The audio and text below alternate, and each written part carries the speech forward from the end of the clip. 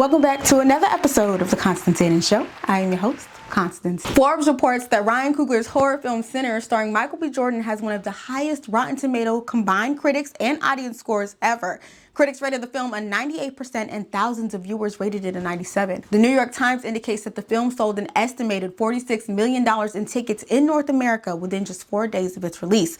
The hype around this movie is so intense that I felt bullied into watching it, okay? You can't scroll for a second online without someone raving about Sinners. So I decided to go and watch it. Now, I never saw the trailer and I skipped every review online, so I watched the film without any context. The only thing I knew going into the movie was that it was a horror film. Now, as someone who absolutely hates horror films, the movie wasn't scary, y'all. It was more comedic than scary, in my opinion, okay? And spoiler alert, it is a movie about vampires. Now, I love me some vampires, child. I felt like I was watching an episode of The Vampire Diaries or the originals. I saw a lot of people trying to overanalyze and break down the symbolism behind the movie. So I want to talk about this scene right here.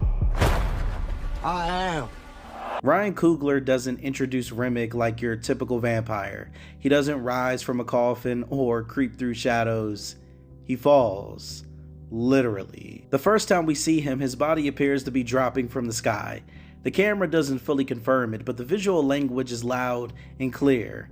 This is a descent. His skin is burning under the sun, and he crashes violently to the ground. It's not just a dramatic entrance, it's a symbolic one. Sinners was not no movie, that was a spiritual manual, if you ask me. I just watched the movie Sinners, and I have to make this video about all of the symbolism because everything about to when it was released on Good Friday has to do with the movie. Maybe I'm a little dense, but I feel like it's okay to just turn something on, watch it, and keep it pushing. You don't always have to try to draw conclusions between what's on the film and what's going on in the spiritual realm or whatever else connections people be trying to draw, all right? In my opinion, it wasn't demonic and it wasn't scary. It was a solid movie, and it was definitely entertaining for sure. I think the internet hyped it up a little bit too much, but I'm not mad that I watched it. Now, I will say that I did give the movie a little side eye when Annie started doing that witchcraft or hoodoo or whatever it was. You know, I said my little rebuked prayer and I kept on watching, but it wasn't anything too extreme. And shout out to the production team for casting a dark-skinned sister with Afrocentric features as a love interest for Michael B. Jordan, okay? I don't watch a lot of movies nowadays, but when I was younger, the love interest may have been black, but it was always Nia Long, Jada Pinkett, or Gabrielle Union.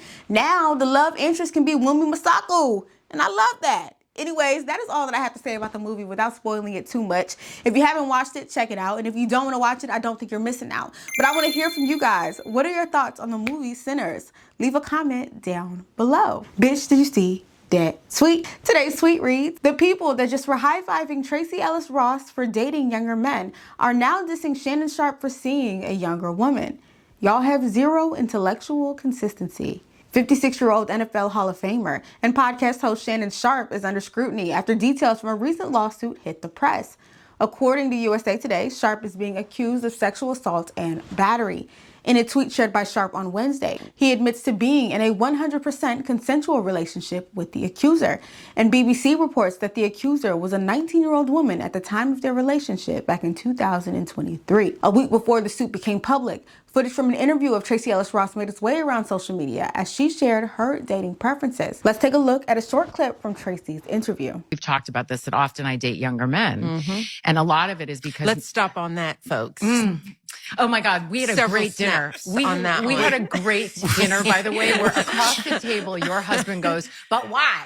And I said, well, maybe because I can. Yes, Parish. This is what I'm saying. Tales from Tracee's.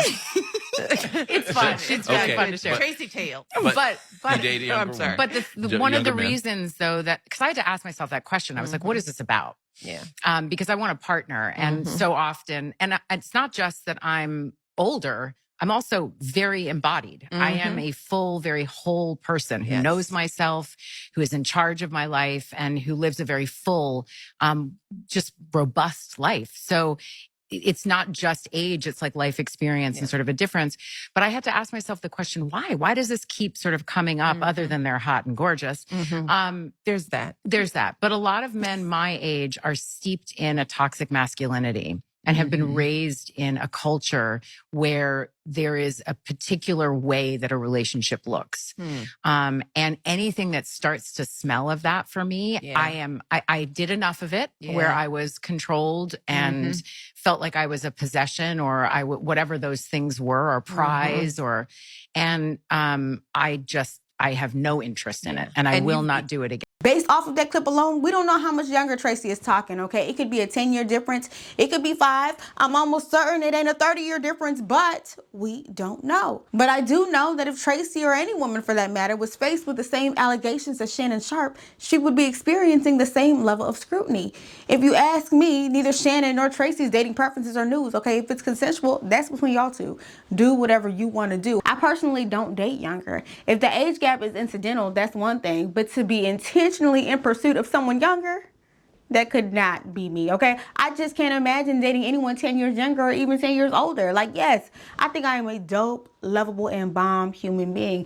But at 28 years old, there is no reason that a 40-year-old should be coming up to me talking about they like me. And I shouldn't be going up to no 18-year-old talking about I want to get to know them, okay? I don't even run into 18-year-olds in my day-to-day life. So in what world would we be able to spend enough time together to be able to think that we would even be compatible in that way? Like, don't get me wrong, I'm sure we could have a conversation, laugh here and there, but I can't get with the idea of being in a relationship with that much of an age gap. Like, no, it's just not happening for me. But I want to know your guys' thoughts. Okay, how do you feel about age gap relationships? Have you ever been in an age gap relationship? And I'm curious to know, what is the oldest and youngest that you would date? Lastly, I would love to interview an age gap couple. So if you are in an age gap relationship and you would like to be a guest on the show, go on ahead and shoot me an email at theconstantinashow@gmail.com. The 2025 Met Gala will take place on May 5th. The Met is a highly anticipated charity event where celebrities come dressed head to toe in designer. And each year, online spectators await their favorite celebrity appearances and critique their outfits on the basis of the newly assigned theme. Vogue reports that this year's theme is superfine tailoring black style, with the dress code being tailored for you, focusing on menswear and suiting. LeBron James will serve as the 2025 Met Gala honorary co-chair, with Coleman Domingo, A$AP Rocky, Pharrell, Lewis Hamilton, and Anna Wintour as the co-chairs. I love the Met Gala, okay? It's fun and entertaining, and I thoroughly enjoy critiquing the looks.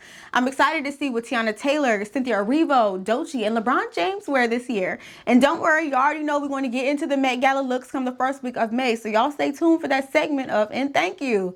Until then, I want to know who y'all are excited to see and what you're expecting to see. I feel like the theme is simple enough to follow, so everybody better come suited and booted up, okay? I don't want the ladies playing it safe either. I'm expecting the girls to get very much so androgynous. But I want to hear what you guys think. What are your thoughts on this year's Met Gala theme? Go on ahead and leave a comment down below. That is all that I have for you guys today. I love you guys. I thank you guys so much for watching, and I will see you next time. Peace.